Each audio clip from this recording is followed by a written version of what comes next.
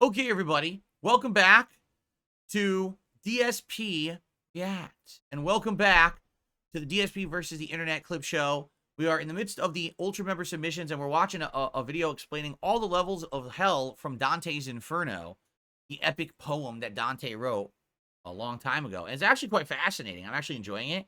So we're going to continue on. And thanks for watching. Thanks for joining me here, whether you're on YouTube or you're watching live on Kick or you're watching on demand. Waffle Toffle actually just did a super chat. It says, "Are you happy, Daddy?" Well, I don't know who your daddy is, but thank you for the super chat, Waffle Toffle. I do appreciate that. Thank you. Okay, let's continue with this video. The seventh level is divided into 3 parts. The outer ring for violence against others, the middle ring for violence against themselves, and the inner ring for violence against God. In the first part, the outer ring, we find the river.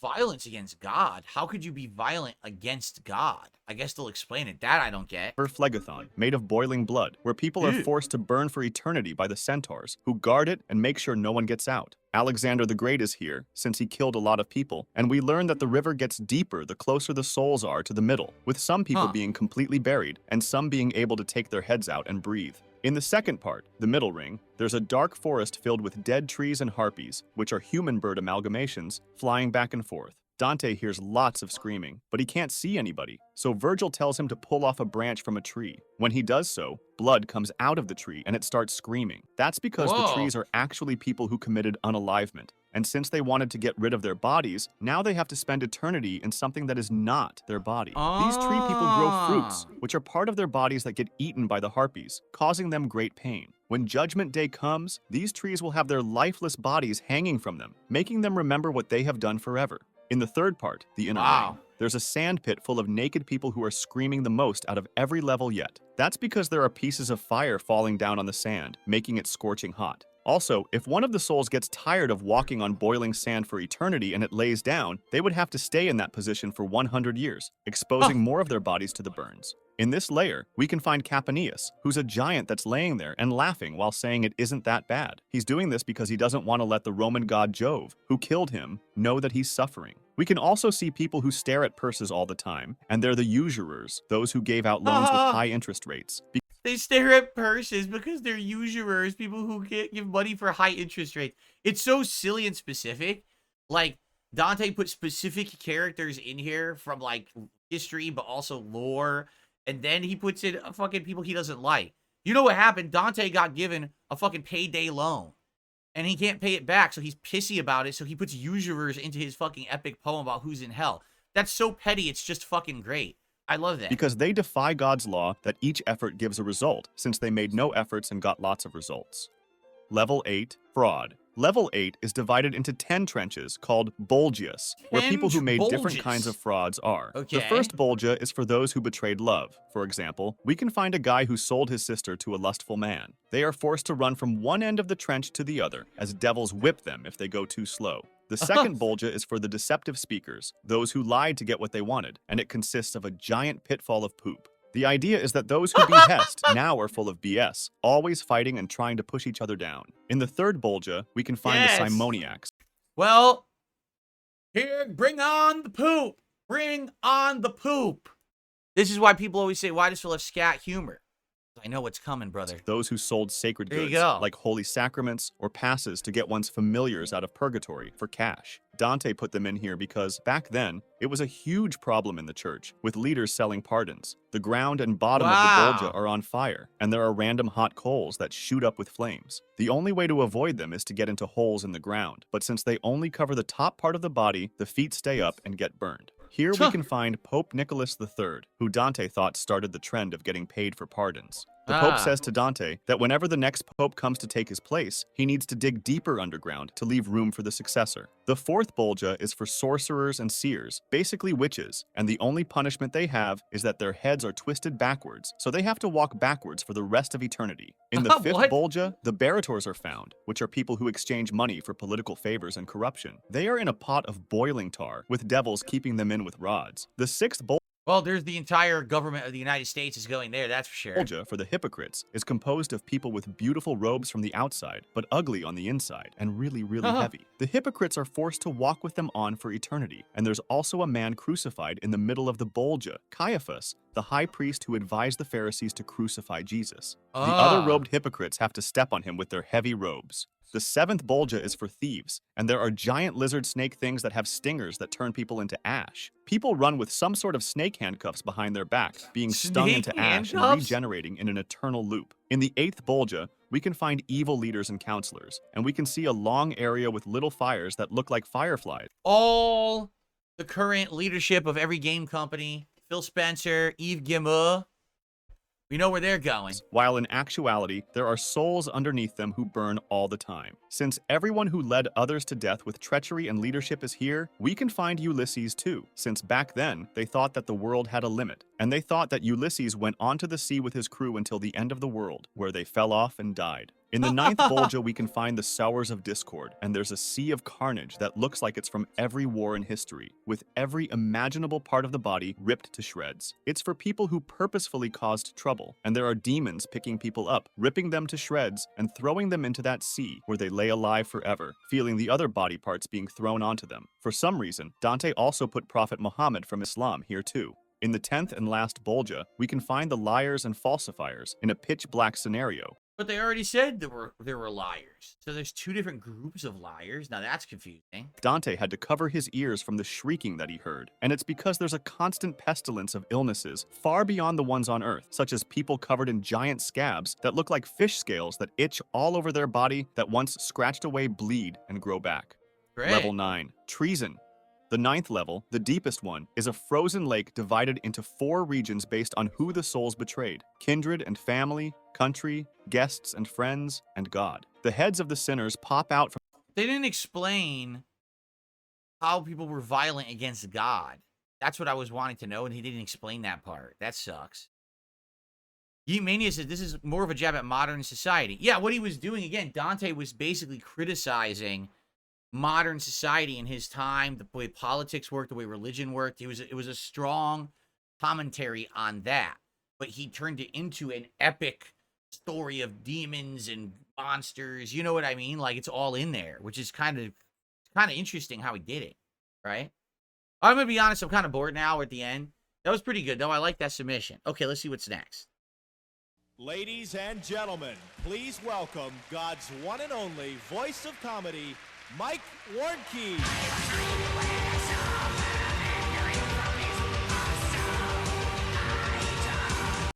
So what the hell is this? I'm just curious. 10 years ago, all that's there is Facebook. There's a Facebook thing. That's it. And comments are turned off. So what the hell is this? I wonder what the hell this video is. I guess we're going to find out. Darkside Pimp just gifted a sub over on Kick. Thank you so much, Darkside Pimp, for the gifted sub. That gets us up to $201 of support this afternoon. Thank you all so very much. Vast majority of that being over on Kick as gifted subs. So thank you so much for the community over there. Excuse me. Okay, so I don't know what the hell this is going to be, man. We're about to find out. All right, get ready. Whenever there's a weird clip like this, I always wonder what the hell it's going to be. You told me this is going to be a Christian thing, and I can tell you right now, that boy up there on stage, he is not a Christian because he's got that long hair. Why do people drive on parkways and park on driveways?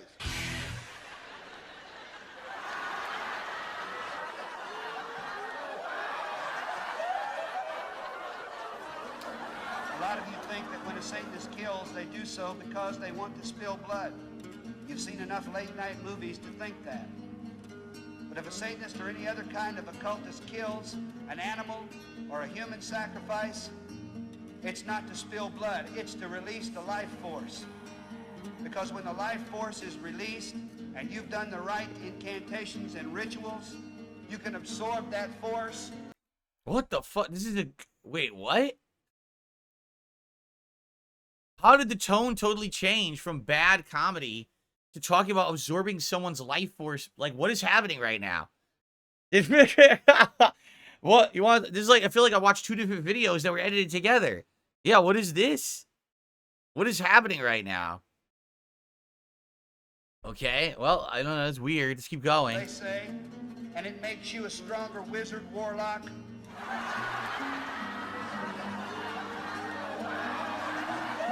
They're laughing. Whoa!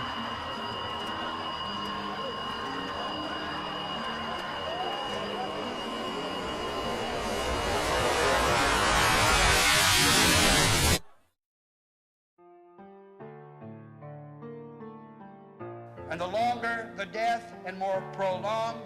Well, I don't want to see wolves eating a deer. That's fucked up. I don't want to see that.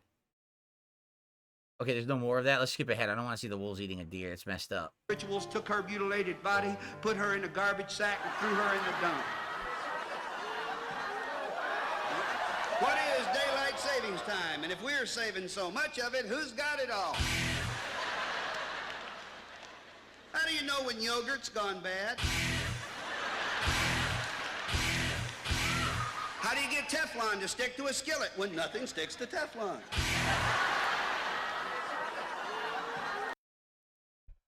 Oh my god. That was so weird because it's like really bad jokes and it had that one segment in the middle that was bizarre. It seemed like way out of place. Like, what is going on? By the way, if you guys notice I'm yawning, it's because it's incredibly hot in my office today. Today is supposed to be the last day that we have like full sun. It's like outside, it's like 70 degrees, which it shouldn't be. It is. It's 70 plus degrees outside right now. It's 71. And that means that it's like 85, 90 in my office. I do have blackout curtains on my wall, but the office still heats up. So I'm like, oh, the heat, it gets so hot and stuffy in here that it actually makes me yawn. I'm not tired. I'm not bored. It's the heat. Starting tomorrow, it's supposed to be rain for the whole week, and the temperatures are going to dip by like 20 degrees, so I should be fine tomorrow, but today I got to tough through this. All right, this is a very weird one. Let's go to the next one. That was a weird clip. Says here if it's got a 2+ save, you can bang it in Terminator armor. I decided to make use of the Leviathan Terminator Sergeant because I didn't want knee pads for reasons. The legs were going to have to be reposed, so that meant doing away. What is this? Lore be damn Terminator Tech Marine Kit Bash for Warhammer 40k. Huh? Is he just going to be making a Warhammer figurine or whatever? I don't understand what he's talking about, lore and stuff. With the tactical rock. The upside of this was that I got rid of the tactical rock. And while I was in a destructive state of mind, the Crux Terminatus and Purity Seal details on the legs met their respective makers. If there's anything better than a razor saw for separating a Space Marine from its precious limbs, then I've yet to find it. They've included some new hinge detail on the tassets. I think they're called tassets, the hip armor of the new Leviathan Terminators, and that does make the process a little bit trickier, but if you go slowly and carefully, it's fine, just chop it off. So why is he doing that? Thankfully, He the wants to pose make I his had in mind own? didn't involve repositioning the knee joints, which, with these new kits, is a bit more of a thing. Fiberglass pencils like this are great for final cleanup, as was the case with the Imperial Eagle here, but do wear gloves and a mask.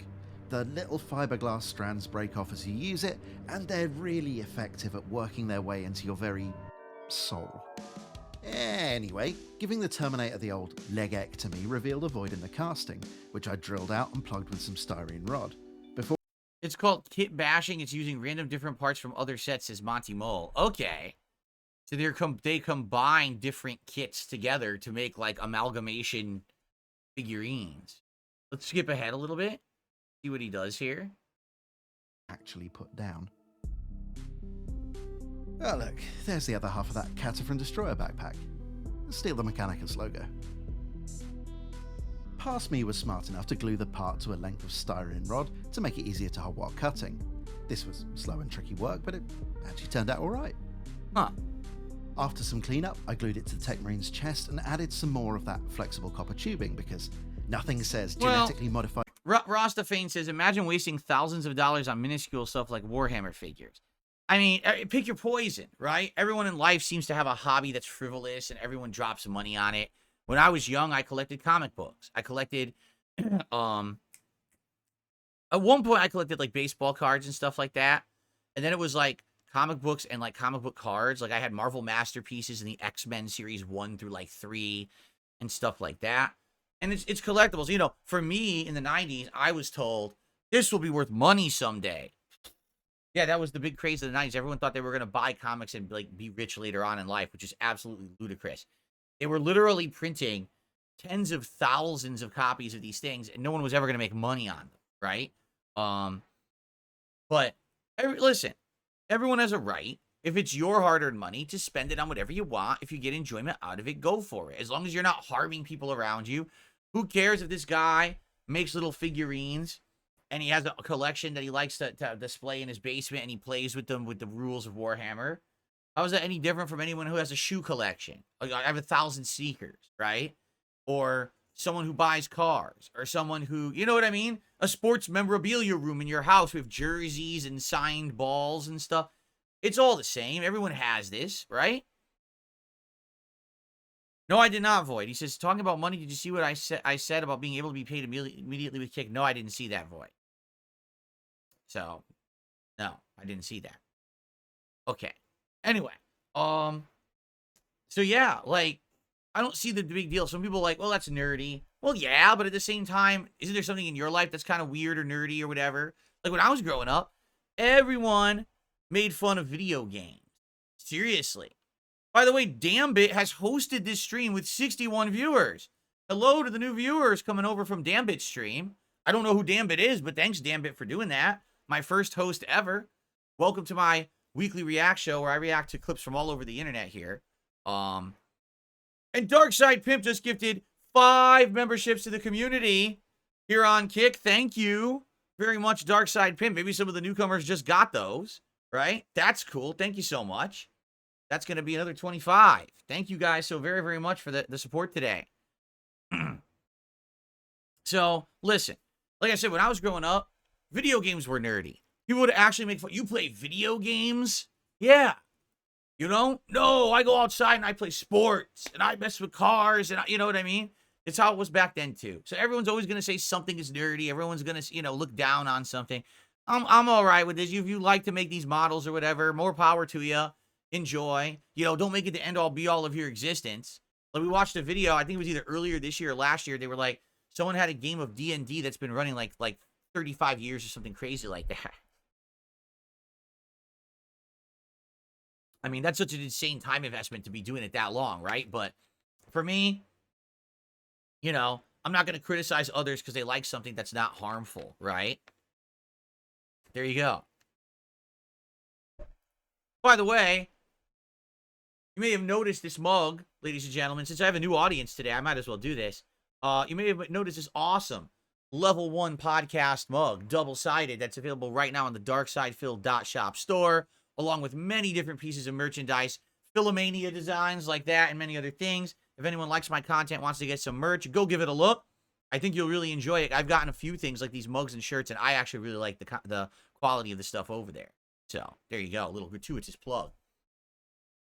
All right. And welcome to the people here from that host. Sorry that I think it's a 5-minute follow. If you follow and wait 5 minutes, you can talk in the chat. So all you got to do is click the follow button, and in 5 minutes, you'll be able to chat. Okay?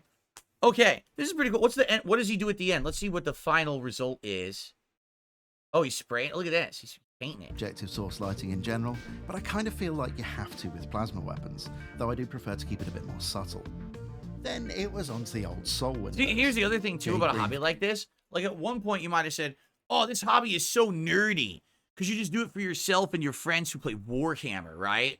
But in truth, take a look.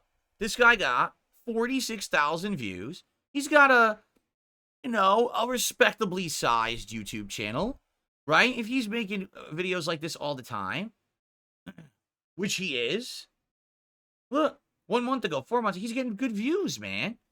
This isn't something to hate on. I'd argue that's a fairly, that's a respectable hobby right there, especially because he's making content out of it as well. It's not just what I like, but I'm sharing what I like with an audience and making some bank on it probably too. So more power to the guy. That was a nice figurine there, by the way. Cool. All right. Superhero fatigue is the biggest problem threatening the genre, and potentially bringing down Marvel and DC, because people are tired of superheroes. Or at least that's what Forbes, The Hollywood Reporter, The New York Times, Variety, The Guardian, and all the major media outlets in the US are saying. According to these sites, superhero fatigue caused the recent box office bombs, like The Flash and Madame Web. This is what made Marvel movies no longer massive pop culture events, and is the reason why casual viewers and fans feel exhausted. People are burnt out on the genre. But all of this is a lie. Superhero fatigue doesn't exist. No. Wanna know what exists? A bunch of shitty fucking movies. Take a look at the superhero movies that were doing well. Iron Man. And then it branched out. Captain America, right? The original Thor. The original Avengers. Those were good movies. And then they basically flooded the market with a bunch of watered down, absolutely fucking shitty, agenda-pushing garbage movies. What made you think that if you could make good movies first, but then change them to all be shitty, that people would still watch them just because they're superhero movies, right? That's the equivalent of what happens with comic books. You start with the main comic, X-Men. Everyone loves X-Men. But then you have 17 spin-offs that all suck and no one are buying the spin-offs, right? So that's what happened. It's not fatigue. It's that the things suck ass. Stop making bad movies. Because when you have a Deadpool and Wolverine, right? That's a ginormously popular movie. Well, then guess what? It's not superhero fatigue. It's that people are tired of shitty fucking movies. There you go. Darkside Pimp says, geek and nerd culture back then was harsh and brutal for normies. I think he's talking about the last topic. Geek Mania says the new Batman movie and the Penguin show is underrated. I saw the new Batman. I wasn't impressed. It felt more like a detective movie than a hero movie. Maybe that's what they were going for. They wanted to be more realistic, but the Riddler was like the worst fucking villain ever. I thought he sucked ass, so I didn't really like it that much. Yeah. the people are praising this Penguin show, but it sounds to me more like it's a gangster, like a fucking mafia show, again, than like a DC show. You know what I'm saying? It sure seems that way to me. All right, and today in Mr. Headcanon, we're going to prove it. We'll break down these three arguments, and we'll also explain why these media outlets have been talking about fatigue since 2003, before Marvel and DC even thought about creating cinematic universes. I did not know that. The first argument is that fatigue caused poor box office numbers. Supposedly Madame Web, Quantumania, The Flash, The Marvels, and now Joker 2 failed because of... It's because they suck. It's because the fucking movies suck. They push shitty agendas. It's things you don't want to see in a superhero movie. Right? That's why. Are you going to tell me that Captain Marvel, that's a good hero and that's a good person to play the role and that was a good plot? Can you really tell me that? No. That was the agenda movie. We have to push this agenda, push this thing, and audiences see through that shit. And they're like, no. There were good movies with female leads, not that one.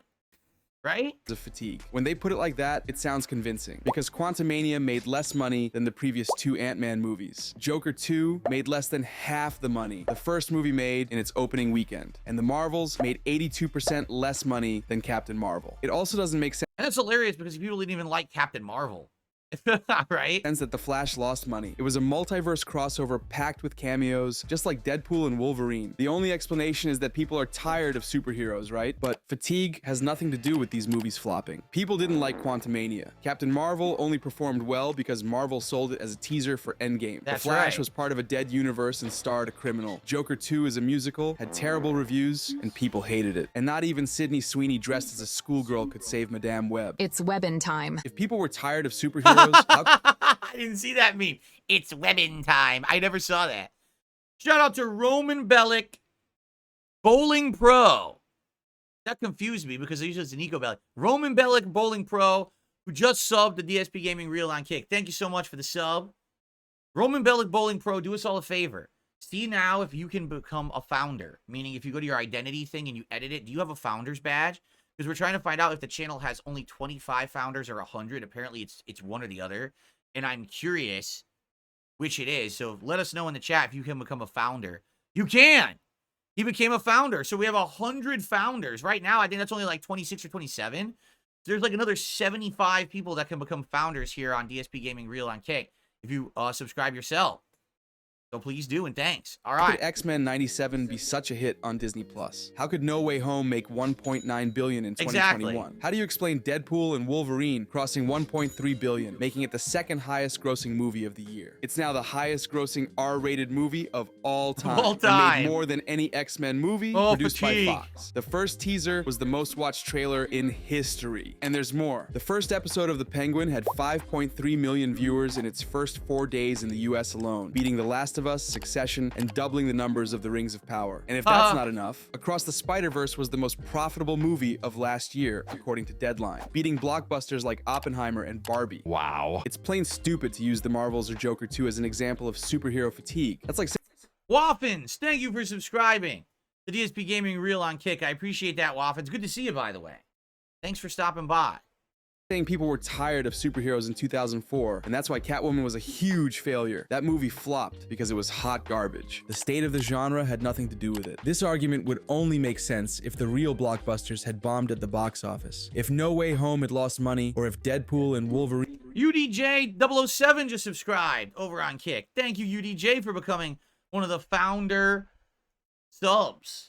There you go. You're all going to get your founder badges. Be sure to equip the founder badges. hadn't crossed $1 billion, then we could say people don't want to go to the movies to watch superhero films. But that's not what's happening. The genre's numbers are still super strong, as long as the projects are good. Is that clear? The second argument is that Marvel movies are no longer the biggest events in pop culture, because casual audiences have turned their backs on superheroes. Maybe the most loyal fans still show up, but it seems like your cousin is more interested in watching Barbie, Inside Out, Avatar, or the latest video game adaptation, which are finally getting good. She's not as hooked on Marvel like she was when Infinity War and Endgame came out. Back then, everyone and their moms were talking about superheroes. But was it really that way? Let's look at the numbers. According to the internet, Marvel's Phase 3 was the peak of superhero cinema. This phase started in 2016 and ended in 2019, and had 11 movies that made a total of $13 billion. In technical terms, that's a gazillion dollars. The numbers between each movie vary, because Endgame made $2.7 billion, and Ant-Man and the Wasp made $622 million. But if you're willing to dive into the world of mathematics with me, you'll see that the average revenue for Phase 3 movies was $1.2 billion per project. This is completely nuts. No movie franchise had ever reached those numbers. In the span of 4 years, the MCU made more than Star Wars in its entire history.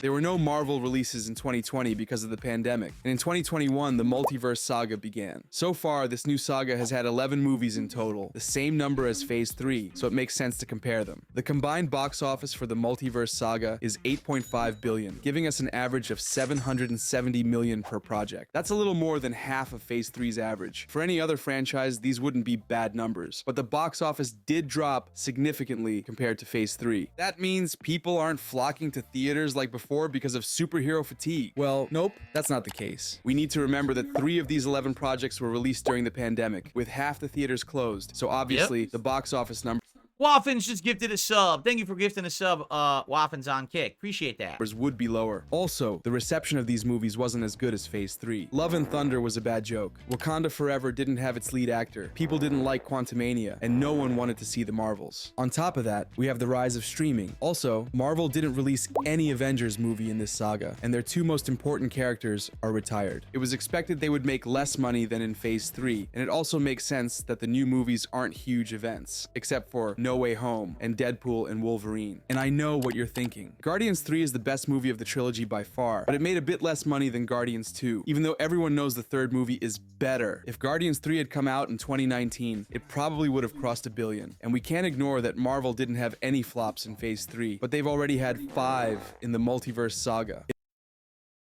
Black Widow, Shang-Chi, Eternals. I forgot Eternals even existed. I literally forgot that it even existed. Quantumania and the Marvels. Oh, Hacienda Plante has subscribed. Thank you, Hacienda Plante, for subbing here to DSP Gaming Reel. Thank you so much, everyone. So, I mean, let's be honest. What is he saying? His point is thus. All of the movies in Phase 3 latched onto each other, told a big narrative, and it led to a big end game, literally end game, that was good. This last generation of Marvel movies isn't going anywhere, right? It's like they exist just for filler. This is the filler arc of a fucking anime or a fucking, you know what I mean? A comic book arc. It's crap. right? Even if you liked some of these movies, maybe you liked Black Widow or Shang-Chi, did you have to see it? Did it go anywhere? No. When you were in phase 3, it was like you had to see all of them because they all were leading to Endgame. So you wanted to know who each character was and what their story was and how they were going to factor in. Who gives a fuck what happened in the Marvels, right? You could have been taking a dump for that time. And you fucking would have had better use of your time than watching that shit, right? So, I mean, that's just the problem. There's just no, you need to have good, what were the good ones? No Way Home. Makes an insane amount of money. Wolverine and Deadpool makes an insane amount of money. Just make good fucking movies and people will watch them and pay for them. The problem is they're putting out shovelware, right? That's what this is. It's the filler garbage and no one wants to pay for filler garbage. They want good content. But all they're doing right now is making filler. When is the next big arc leading to the big Avengers movie or whatever? Then people will care again, right? Thank you, Hacienda Plante just gifted a membership, a sub over on Kick. Thank you so very, very much. I appreciate that. All right. Let's actually split the part. I think we've seen enough of this video too. I'm curious how many Ultra member submissions we have left. 2 more, and guess what the next one is? We're going to watch our buddy Ashton eat the Krabby Patty meal next. All right. Thank you guys so very much. I will see you in the next part of DSP versus the Internet.